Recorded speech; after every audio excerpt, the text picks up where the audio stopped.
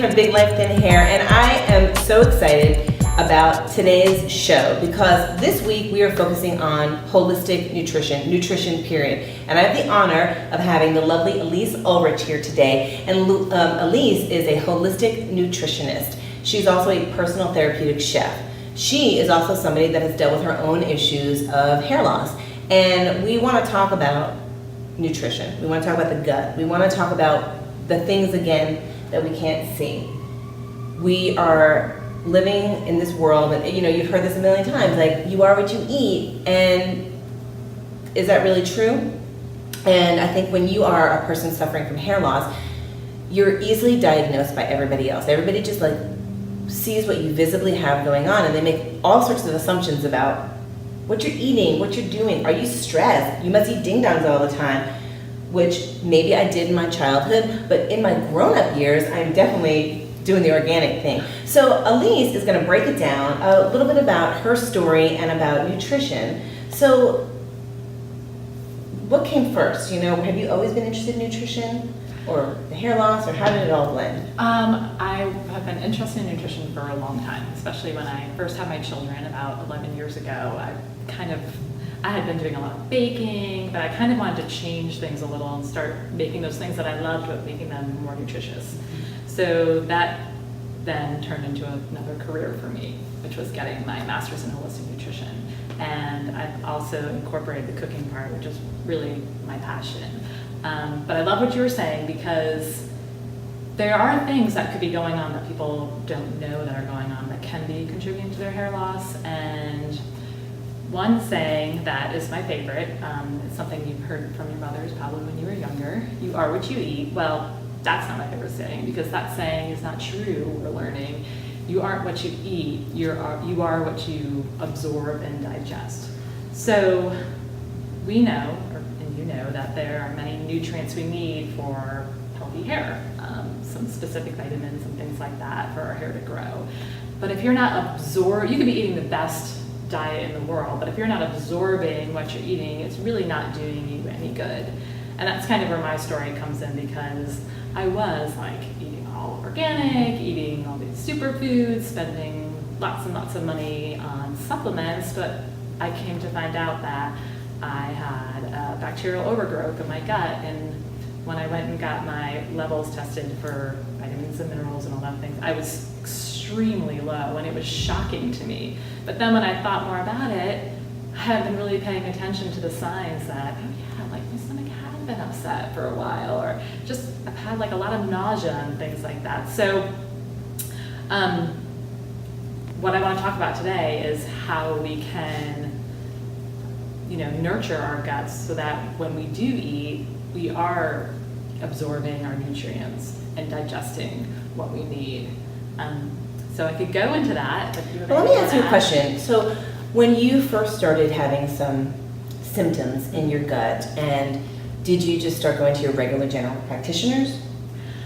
I did. I actually went to I have been fortunate to be supported by a chiropractor and an acupuncturist, but even seeing them, I decided to go see a GI specialist, and they just kind of said, you've got irritable bowel syndrome. Mm-hmm. And I just wasn't happy with that. Yeah. I mean, they hadn't run any tests, they hadn't talked to me for more than 5 minutes. So I have dug a lot deeper by myself, but I also had the support of my acupuncturist, who's an herbalist, and another holistic nutritionist that I bounce ideas off of. So by support, you mean having that exchange, having this idea of other people saying, have you thought about this? Have you thought about that? Because that is something that maybe people, if they're watching the videos, they don't know how to be their own best advocate. Yes, definitely. And I mean, I do believe if I had gone down the route of staying with this GI specialist, I think he probably would have put me on antibiotics or something, which even would have made the situation even worse. Did you take a lot of antibiotics as a child? Fortunately, I did not. But I do know that I've had really low HCl in my adult life, which is your hydrochloric acid, which is in your stomach, which kills off all your parasites, bacteria, H. pylori, any sort of infection that might come in. It's an acid, so it's really caustic, and it will kill a lot of things. Well, I was having a lot of chest pain. And so probably like 10 years ago, I went into the doctor and he told me that I had heartburn. So I started taking PPIs, protein pump inhibitors. And so what that does is suppress your hydrochloric acid even more. So I was actually hurting myself even more. What's interesting is that having low HCl, hydrochloric acid, the symptoms of that are the exact same symptoms as heartburn. And as we age, our hydrochloric acid decreases. So there are many, many people walking around right now, tons of them, who think they have heartburn and they're taking antacids and PPIs and suppressing their acid even more, opening them up to this whole world of infections, bacteria, parasites, things like that. So I did that. I mean, I didn't know at the time, this was about 10 years ago, and I was just like, help, like, I don't feel right. And so I was actually hurting myself. And so anyways, this whole, I don't even know how I know this HCl. I'm stressed. This is the thing. I'm like, do I have all this going on? Well, there are ways to tell if you have low HCl, and there are ways to naturally enhance it. Like, I'm drinking my coffee. I'm like, I'm putting my coffee down now. Water. I know. I mean, it's taken a lot of researching and just understanding how the body works, because there are a lot of things that support your gut, but as we get older, we lose them, like digestive enzymes, Yes. HCl, Your mind. So there's a lot of things to think about, and I don't want to overwhelm people, Right. because it's small steps, it's choosing a couple things to change them. So let's go back to that part. Okay. So you had the support from your team, your chiropractor and your acupuncturist, and then you started having these symptoms. So who was the first person that you saw that obviously you probably had to pay out of pocket? Yeah. And really start getting these issues addressed? Well, I was seeing two people simultaneously. One was my chiropractor, who's a holistic nutritionist, who is my mentor, basically. And she, my story is very complicated, but she said, let's test your adrenals. Because one, I was away on vacation, and I woke up and I took my hair was just coming out in droves. I mean, it was shocking how much hair I was losing. And I was away, so when I came back, she said, let's test your adrenals. So I tested my adrenals, and they were very, very low.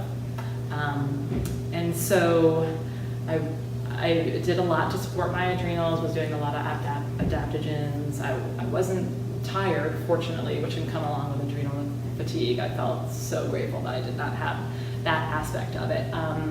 But I was getting plenty of rest, I was sleeping, I was keeping my stress levels super low. Fast forward now to a year, and my adrenals weren't coming back. So at this point, I started seeing I was also seeing an herbalist acupuncturist. And we kind of bounced ideas off of each other, and I said, there's got to be some underlying reason why my adrenals aren't coming back. I don't believe it's just stress, because I don't feel really stressed out in my life at this time. And we did a stool sample, and that's when I found out I had a bunch of parasites. Yeah. So anyways, she put me on this amazing herbal protocol, because I just felt like my system was a little low, and there are time and places for antibiotics. I wholeheartedly agree with that, but just for me personally, I didn't feel like my system could handle that. I felt like I was just kind of some of a weakened state. So we did get rid of the parasites, and fast forward to where I am today. And those parasites, I feel like, were able to thrive because I didn't have the hydrochloric acid to get rid of them.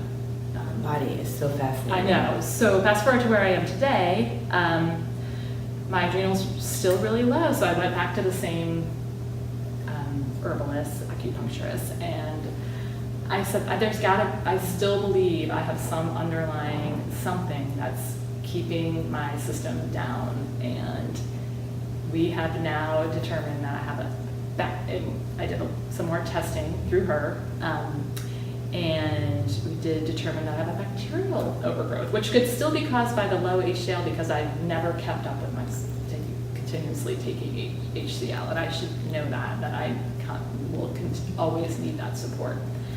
So that's where I am today. So I'd like to ask you, Sure. because we do live in an environment where we have a lot of different kind of doctors here. You can really easily, if there's something wrong with you in Asheville, North Carolina, you can really find the right doctor for you. And a lot of people live in environments where they just don't have a lot of choices when it comes to food and everything. So those people out there that are dealing with telogen effluvium, hair loss associated with maybe nutritional issues or stress or whatnot, what can those people do? How can they advocate for themselves? Well, it's tough because you can see some practitioners who are very, very expensive. What I found was that I was seeing people who were super knowledgeable. I mean, I sought these people out, and I was seeing people who were also reasonably priced. Where I feel like I am that type of person, so I don't try to toot my own horn, but it was cheaper for me to go to a holistic nutritionist and an herbalist that I found online after I did a bunch of research between acupuncturists and herbalists, than to go see a naturopath or something like that. I mean, it's hard because the tests are going to cost money regardless. Fortunately, there are more options out there now, and those prices are coming down. And you have to see someone, you have to do your research, really, and word of mouth is a great way to find a contact. I mean, I've definitely sent some people to see my team of people that I work with. And the internet can be scary. Right. It can be very, very scary because, you know, both of us are sort of like first-hand specialists. You know, I'm an industry insider, she's an industry insider. We both have dealt. I have androgenetic alopecia, she had telogen effluvium. Here we are still on our own personal journeys to try to use gentle hair care, make our hair better, deal with what we have on our head, and live the best healthy life. So what do you think are the essential nutrients that are needed for healthy hair? Well, you do need protein, vitamin D, biotin. These are all ones that are just coming to the top of my head. Hormones have a lot to do with hair loss, so something like saw palmetto, things like that. What else would you add to that? Well, just that also is something that don't necessarily go out there and start buying all these supplements. I mean, it's these are essential. Some of these things are essential, but it's also essential to not just like bombard your body with these things because of absorption and combining, which can get. This is where I think the nutrition piece, though it is a piece of the puzzle, becomes like something you really bang your head against the wall about. So, and I always think before you start supplementing and over supplementing, start with your diet. That's a great place to start. But also make sure make sure your gut is healthy too, because if your gut isn't healthy, like I said, you could be taking all these things like I was, but I wasn't absorbing any of them. So one major thing is like listen to your gut. Yeah. Do you feel, are you bloated? Do you have to pass gas a lot? How are your bowel movements? That's very telling as to what is going on in your gut. How do you feel after you eat? Are you like having to unbutton your pants when you're finished with a meal? All those signs, those are all signs. So I think that's super important to first. I think that's one of the first steps. How healthy is your gut? Because there's, as you know, there's so many other factors that can contribute to hair loss, but I think it's good to just focus on one thing at a time or you'll just be so overwhelmed. Because it's a combination of things. It is a recipe, and at the end of the day, you can really stress yourself out more by trying to chase around finding the perfect solution and the perfect cure for yourself. So when you have time and you are educated, that's really the best thing that you can do, is really stay educated as somebody out there who's dealing with hair loss, because what you have on your head also is something that you have to take great care of. And you know, even there are lots of people out there who are healthy eaters, who know a lot about their gut health, who know a lot about nutrition, that still have hair loss. So they are not immune to that. And we've talked about how your body says hair is the lowest on the totem pole. Your body doesn't really care about hair. What do you think the body cares about more than hair? Your immune system, Yeah. I would say, is one of the top things. Your nervous system, your endocrine system. I mean, those are all major, way more important than your hair. Yeah. Yeah, and as far as animals go, we have the least amount of hair on our bodies than any. So it's really unimportant. It's just this, I guess, just image that, self-confidence thing. So, yeah, I loved when you said that to me the first time we met. Like, that's not as important as all these other bodily functions. So if something has to go, that's one of the first things. But the gut health is important because, the gut is such an important place for serotonin and just your general life force. So since we kind of talked about how the gut, so now a lot of people who are watching this video really might not get a chance to go on the journey. So if you're at home and you know that you have some bloating or some of these issues and maybe something's not quite right with your bowel system, what are some foods that they can add to their diet or take away from their diet? Well, one of the things that I love and I've suggested to other people when they've had a great response to it are digestive bitters. Because, as I was saying, as you get older, you seem to have far less digestive enzymes. So, and especially if you're someone who's eating mostly cooked foods, enzymes come from raw foods. They're like a life source, right? So they come from things that are alive. So if you're one that cooks a lot of foods, I feel like adding digestive bitters is a really simple, easy way. You can get them in little tinctures and you can just put a few drops in your mouth. And that'll just help digest your food. I grew up like that. So I grew up with an Italian grandmother, and so after all of our meals, we always had a Digestivo. So whether she gave the bitters that you mix with your cocktails that you can get at the liquor store, in the grocery store, or some kind of bitter, some kind of medicinal Italian liqueur was always an after dinner thing. And I always was like, oh, they always kind of tasted a little funky, but realizing though that was such a smart, Europeans do know a little bit more. We have these traditions about food and aperitivos and digestivos that we just sort of lost a little bit in America. Yeah. But yes, that was something that happened as a child. So I'm going to bring it back. I'm bringing it back. You should. Okay, so what else? Well, I want to just mention one thing because people are constantly like, what's one thing I can do? What's one thing I can do? One major thing that's easy, and if you're going to implement anything right now to change I guess you can call this a dietary change, is to chew your food. I think we are all just shoveling down our food so fast these days and not cognizantly thinking about what we're eating, and chewing your food is like the first step to digestives because your salivary glands are released when you chew, and that starts the digestive process right there. And so if you're not chewing, you're just swallowing, these chunks are going down into your stomach, your gut's like, oh, what's this big chunk of food coming in? So my grandmother said this too. Really? Yes. That's so cool. Such a grandma thing. Chew your food. They chewed their food back in the 30s and 40s. Right, and eating in a parasympathetic state so that you're not eating stressed out. I mean, I'm definitely. What does parasympathetic mean to tell everybody? So that's when you're in a relaxed state. So that's versus sympathetic mode. Versus like shoving food in your mouth on your way to your kids' soccer practice or baseball practice. Because when you're in that sympathetic mode, you're in the fight or flight mode, and so all your bodily functions all they're doing is like trying to get you out of harm's way. That's like if a tiger was chasing you in the jungle or something. Like all your blood's racing to your heart, racing to your head, so you can make quick decisions. And so you're not digesting your food. That's like the last thing you need to be doing when you're running from a tiger, So we want to eat in this relaxed mode so that your body can absorb what it needs. And of course, I wholeheartedly believe in whole foods and unprocessed foods and an abundance of vegetables and fruits, because that's where the polyphenols are that give them their color, which has the antioxidants, which will just kind of flood your body with the vitamins and nutrients and minerals that you need.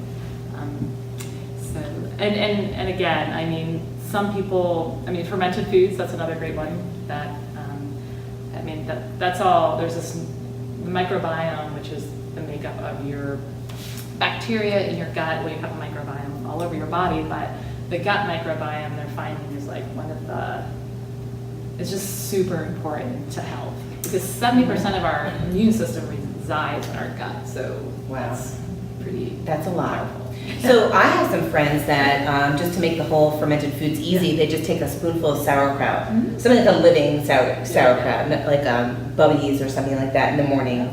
Would that be something people could do just to add a little bit more of that? So you're not necessarily having to make kimchi at home like all weekend long, but you can just get one of get a sauerkraut. Definitely.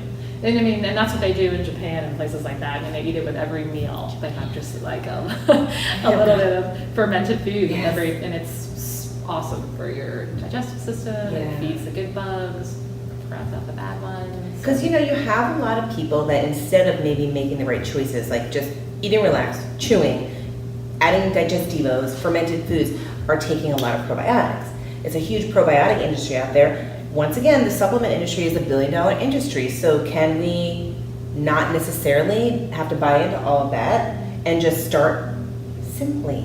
Start with what we're putting in our mouth. Start right there instead of going and spending a fortune on things that maybe don't have a tremendous amount of data or research on them. Yeah, I wholly agree with that. Anything else? Let's see. Fiber is really important. So again, that comes from your fruits and vegetables.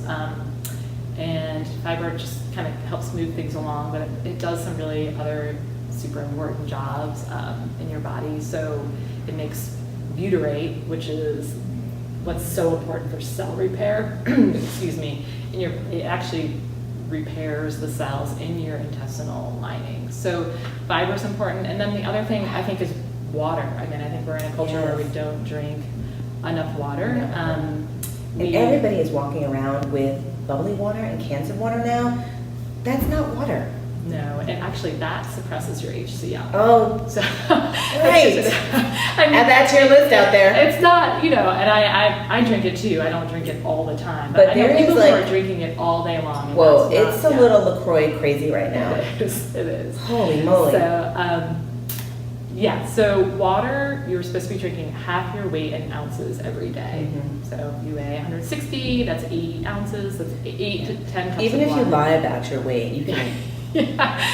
So water is super important. It takes the toxins out of the cell and moves the nutrients in. So it's just, you have to be drinking water. I thought of something else, but what was it? I'm just so glad you didn't say don't drink coffee. The whole time I've been sitting here saying, please don't say coffee. Please don't say coffee. No, I won't say coffee. I don't think you should be drinking 5 cups of coffee a day, but 2 is okay. I don't think there's anything wrong with that.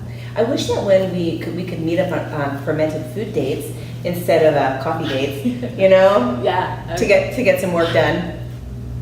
Yeah, anytime. Thank you so much for joining us today. And it's all about arming yourself with knowledge, because if you don't know, now you know. This is a journey. Do you have any final tips or anything you'd like to say out there to the Big Life Thin Hair followers?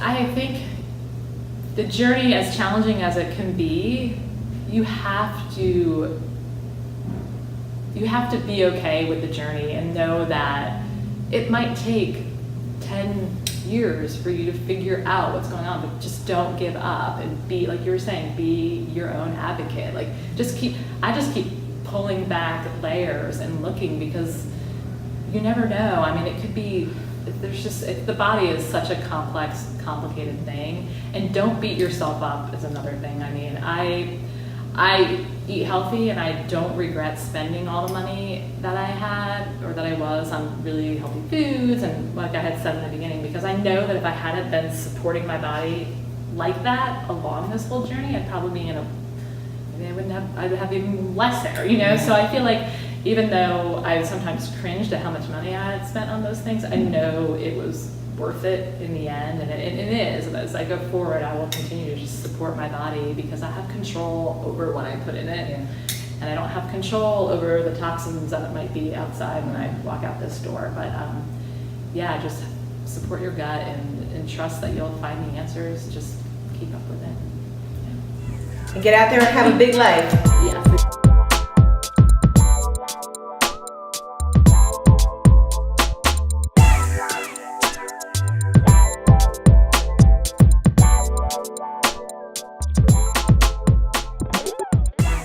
Bye.